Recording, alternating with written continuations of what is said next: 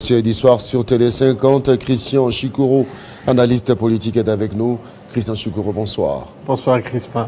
Merci d'être avec nous ce soir pour aborder ces dossiers d'histoire. Agression rwandaise, faut-il se confier à la SADC?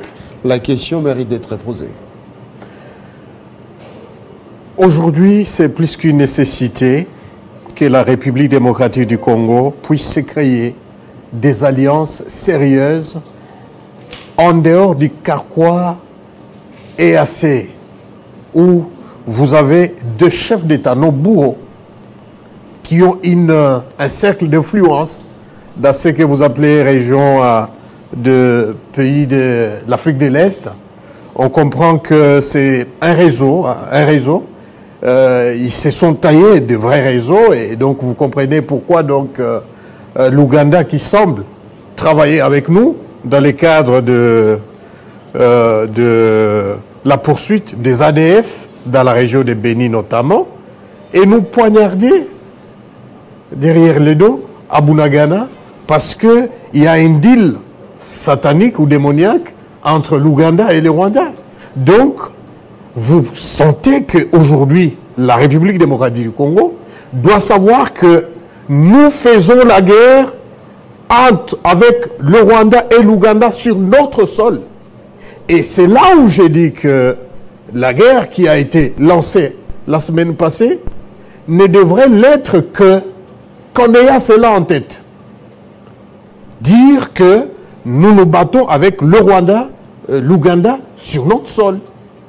Et effectivement, essayer de nouer des alliances avec des pays amis sérieux. Vous savez que en matière de relations internationales, il n'y a pas d'amis, ce sont des intérêts. Il faut qu'on obtienne un contrepoids. Parce qu'aujourd'hui, avec les problèmes que nous avons à l'interne, il faut le dire, parce qu'il ne faut pas qu'on soit dans les sensationnels et oublier la réalité, parce que tous nous sommes patriotes, tous nous sommes frappés par cette humiliation. Aujourd'hui, nous devons nous organiser en attendant que notre armée n'ait tout ce qu'il faut pour être à la hauteur. Il nous faut nouer des alliances avec des pays de la région pour jouer à l'équilibre avec ces pays qui nous malmènent depuis des décennies. Et aujourd'hui, je pense que nous devons bien dealer avec la République comme la République sœur du Burundi, la République sœur de Tanzanie. Je pense aujourd'hui nous devons jouer à l'équilibrisme avec ces machiavélistes de Kagame et Museveni, malheureusement. Mais Museveni, qui, ma foi, j'ai l'impression que, au regard des analyses que vous venez de présenter, que la RDC se jette dans la gueule du loup en acceptant la présence de forces ougandaises sur notre sol. Donc, on donne le flanc à notre ennemi. Absolument, c'est ce qui s'observe sur terrain. Parce que, imaginez-vous, qu'un pays avec lequel vous avez des accords de coopération militaire pour traquer les ADF et qui facilite l'entrée du Rwandais dans un deal autre pour prendre notre territoire. Aujourd'hui, ce qui se passe dans les Rutshuru, il est clair que l'Ouganda envoie des militaires par Bunagana, alors que le Rwanda envoie par Tchanzu et Runyoni. Tchanzu et Runyoni, c'est à cheval avec le Rwanda. Et lorsque vous allez de l'autre côté du Rwanda, il y a une grande base militaire rwandaise. Je me pose des questions, pourquoi depuis tout ce temps, dans cette colline stratégique qu'est Tchanzu et Runyoni, on n'a pas pensé, après la défaite du M23 dans les années 2013, alors qu'on y a trouvé plus de 300 tonnes d'armement. Pourquoi on n'a pas songé à laisser une base solide là, sachant que c'est l'entrée du diable là? Pourquoi? Et on se réveille toujours en retard. Maintenant, dans cette guerre, dans le Rutshuru, nous devons absolument trouver des pays amis avec qui nous devons traiter de manière à ce qu'ils se donnent pour jouer contre ces forces du mal, le Rwanda et l'Ouganda. Christian Choukourou, est-ce que la réqualification de l'accord signé par les autorités congolaises appelant à l'entrée de forces de la communauté de l'Est sur le sol congolais peut être réqualifiée, la réqualification s'impose? Réqualification ou non, aujourd'hui, il est clair que Kagame et Museveni ont une influence sur d'autres pays de la région. C'est pourquoi vous voyez ces hésitations. Parce que là où il y a notre salut, et ils vont torpiller pour qu'on soutienne le projet macabre de ce que nous sommes en train de dire. Il faut revenir à la solution,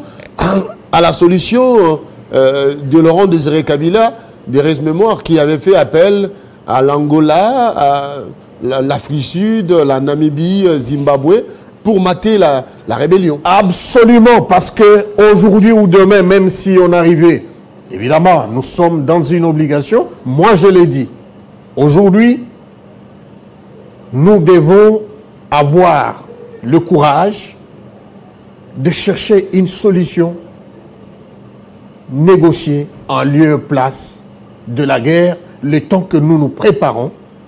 Et je veux qu'aujourd'hui, que ce soit une dernière fois, que ça ne soit pas un truc où quand M. Kagame et Museveni se réveillent, ils disent, bon, on doit aller encore, il faut qu'on arrête l'hémorragie. Mais, le temps que nous mettons notre armée en position de dissuasion, il faut qu'on repense cette question diplomatique. Il faut avoir des amis dans la région contre ces bandits du Rwanda et du Rwanda.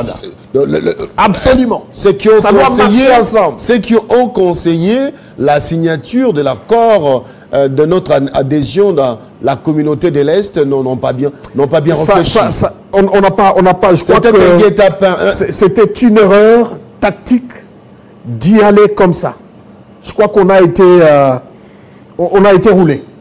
Parce qu'aujourd'hui, je ne peux pas comprendre qu'avec l'adhésion, avec tout ce que nous donnons dans la région, qu'on puisse assister à ces femmes et enfants qui fuient sans savoir où ils vont passer la nuit, sans avoir à manger, et c'est devenu une vie de toute une population.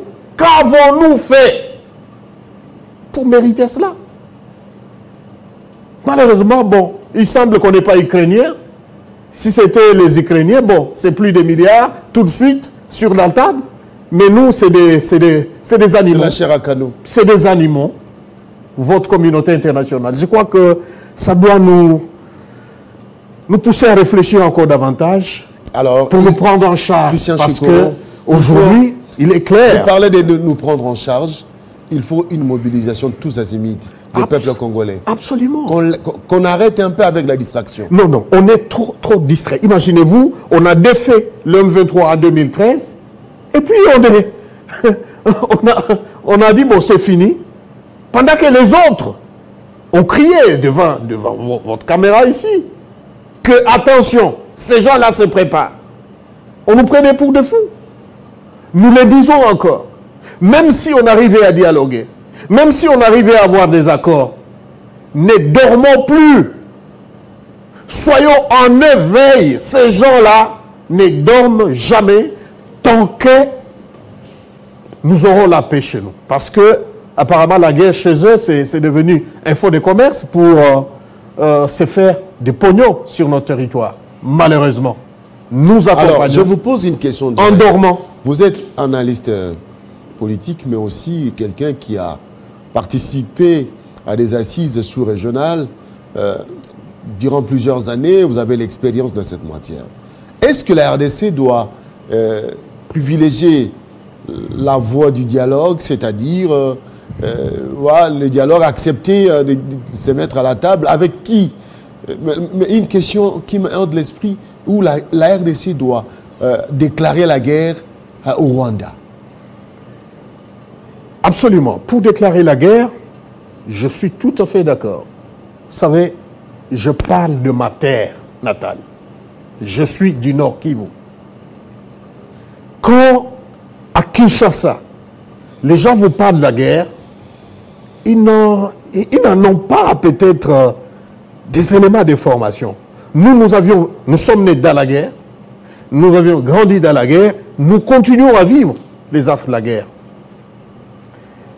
Aujourd'hui, avec ce qui se passe sur le terrain des opérations, je vous assure, nous devons arrêter l'hémorragie. Il faut dialoguer, mais se rassurer que c'est une dernière fois. Comment?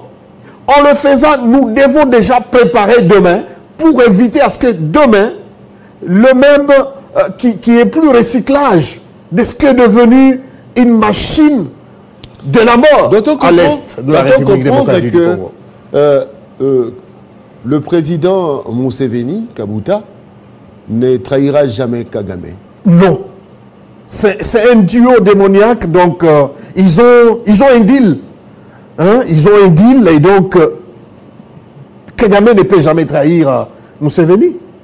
Tout comme Museveni ne peut pas trahir Kagame. On le voit dans ce qui se passe chez nous. Nous devons aussi nous trouver des amis dans la région pour essayer de casser ce banditisme au sein de la région. Et malheureusement, là où ça choque, c'est qu'ils ont une influence dans la région.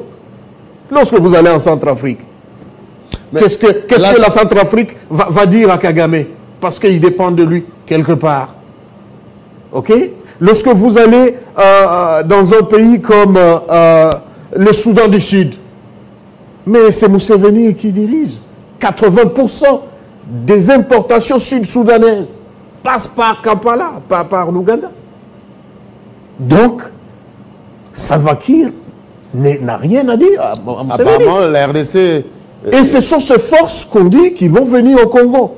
Mais moi, je doute. J'ai dit, ils peuvent venir, ils vont faire du gâchis plus que même la MONUSCO, malheureusement. Et ce sera du temps perdu.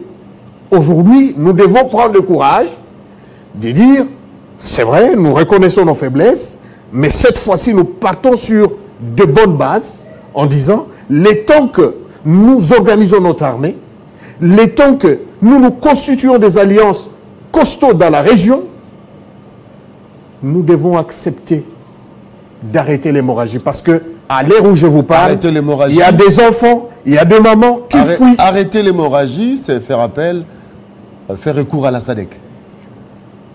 Aujourd'hui, l'Angola. Aujourd'hui, nous devons trouver... Zimbabwe. Nous devons absolument trouver des alliances. Afrique du Sud. Absolument. Il faut le trouver, il faut le rassurer. Parce qu'il y a aussi quelque chose qu'il faut souligner ici, c'est que nous devons aussi apprendre à rassurer nos partenaires, des pays amis. Nous devons être ces personnes qui sont respectueuses des engagements. Si nous voulons que, quand il y a un problème, que ces gens-là acceptent de nous venir en aide. Ça aussi, c'est un problème. Donc, ce sont les bonnes bases dont je suis en train maintenant de dire qu'il faut que nous soyons conséquents par rapport à toutes ces questions. Finalement, on peut conclure, la RDC est abandonnée par la communauté internationale. Abandonnée, malheureusement. Même par l'EAC. Je ne vois rien de bon dans l'EAC.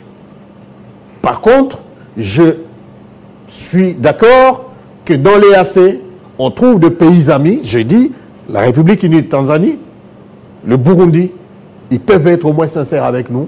Mais là aussi, nous devons aussi être sincères en respectant nos engagements vis-à-vis de ces pays amis et les rassurer, les garantir. Ça nous permettra de mettre le Rwanda et l'Ouganda ensemble hors l'état de nuire.